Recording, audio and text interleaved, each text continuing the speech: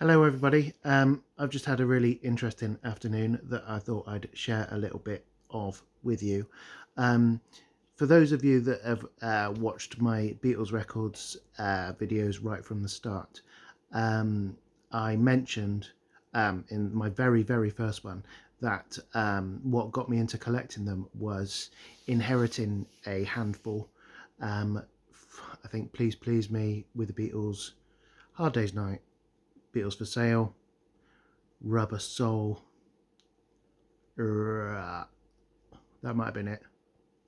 Anyway, a handful of tidy first pressings from a chap called Alan Thompson, who was a BBC Radio Wales presenter and a massive fan of the Beatles, and also, as it turns out, a huge collector of memorabilia, autographs, clearly a big fan of Paul Weller, The Who, etc., etc., etc. And for reasons that are slightly too personal and complex to go into, we've inherited the rest of his stuff today, what remains, which is about 10 boxes full. Includes loads of really interesting stuff. There's loads of pictures of him with various musical and Hollywood celebrities, etc., etc. Of course, loads of records and loads of memorabilia. Some of it's slightly obscure, so I'm hoping, fingers crossed, a couple of you might be able to help me out with a couple of things. So I'm just going to set my camera up and I'm going to show you, just run through some memorabilia, ephemera, and then get to some records, including some Beatles records and a couple of other ones too. So it's a slightly different one. I hope you enjoy it. Let's just set the camera up and I'll crack on. Okay, so in no particular order, before I get to some records, that's Tour Programme from Paul McCartney. I don't know how collectible these are. I haven't looked it up. And then that's another Tour Programme from Paul McCartney. No idea what era that's from. Certainly a mullet era. That's pretty cool. What else?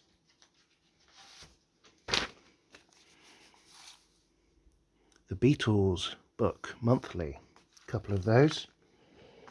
This is really cool.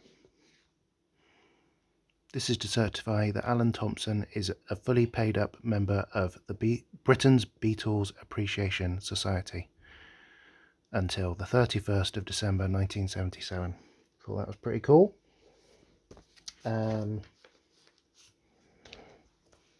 Yellow Submarine book. I don't know how collectible that is. It might even still be in print. I've got absolutely no idea. What else? Paul McCartney promo CD. He'd have no doubt had from his job at the BBC. Here is a letter from, well, it says Pete Townsend at the top, but I think it's actually his personal secretary. It looks like Alan wrote to Pete asking for some advice on starting a music career. Really quite an interesting read.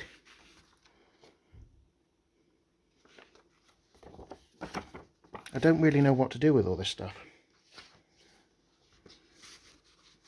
Sort of seems like it should be in an archive somewhere. And talking of that, this is really something. You'll like this. So this is a collection of handwritten correspondence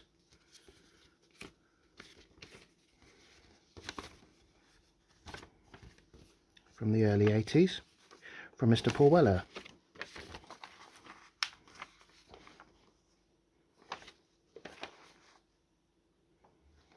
similarly offering advice, I think, on Alan's musical career.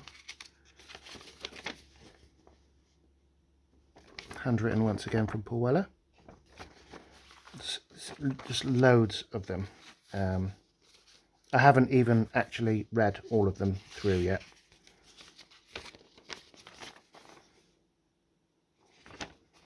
Really fascinating stuff, I think. I think there's a couple more.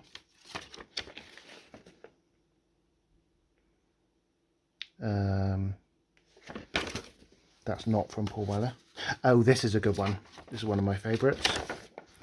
That is a fan club letter back from Mr. Eric Idle.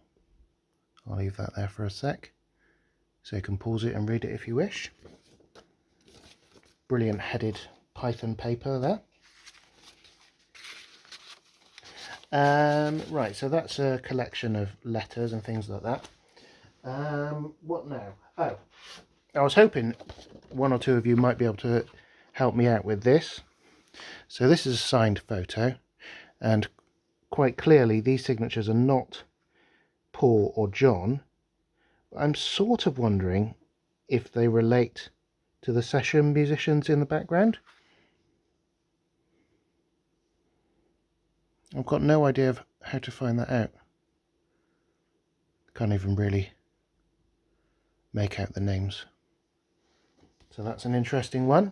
It'd be really good if anyone has got any idea who that is. Let me know. There's a plate. Don't know if that's original 60s or not.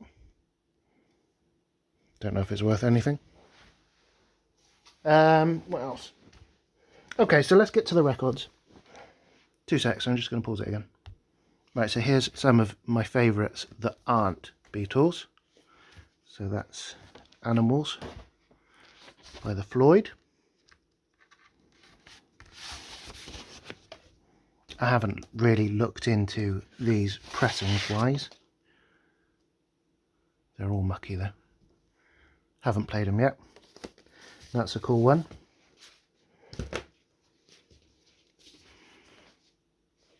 This is a Paul Weller album from 1992, which I'm guessing is quite rare because I think that was very much the CD, the age of the CD.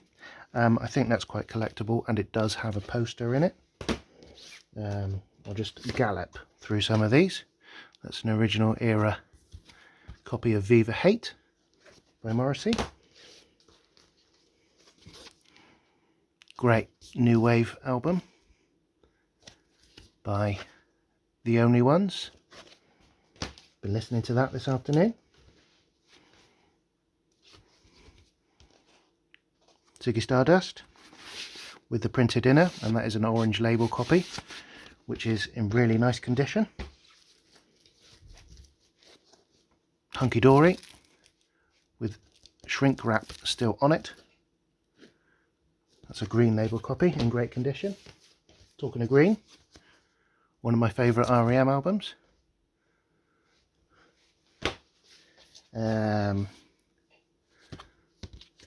Go-Betweens, haven't listened to that yet.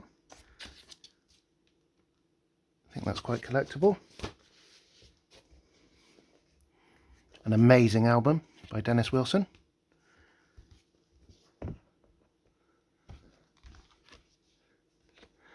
Sorry, I'm galloping through them a little bit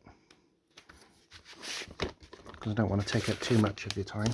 But that one's probably worth a look. Cool, isn't it? Love that album. A little squeal when I saw that one. As I did with these. That's Closer by Joy Division. Original period. Again, I haven't really looked into pressings. It's in nice condition there. There you go. Pretty cool. And that's a 12-inch single. The Velvet Underground and Nico. That's not a first pressing, I don't think. This is a good one. A slightly obscure Velvet Underground live album with what seems to be, I think, a John Cale signature.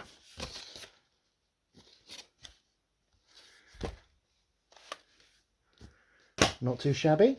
Right, let's get on to the Beatles records then, because I know that's probably why most of you are watching. If you're still watching, hopefully you are. I've got a really good one coming up. Haven't even taken this out of the inner sleeve yet. Let's have a look. It's an interview disc from VJ Records, American, I believe. Haven't listened to that yet. I'm saving the best one till last, by the way. That's an Italian copy of Please Please Me. I think it's probably from the 1970s. I noticed that there's a misprint there. PS Love You rather than PS I Love You. It's absolutely stinking. Needs a good clean. And the main event, the one that I was really excited about,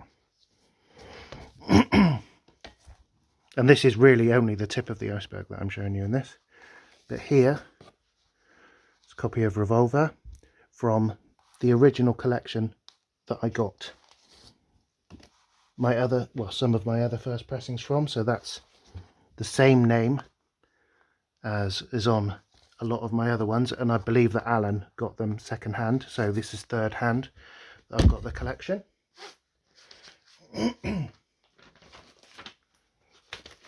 I've just played this and it sounds good. It definitely needs a clean.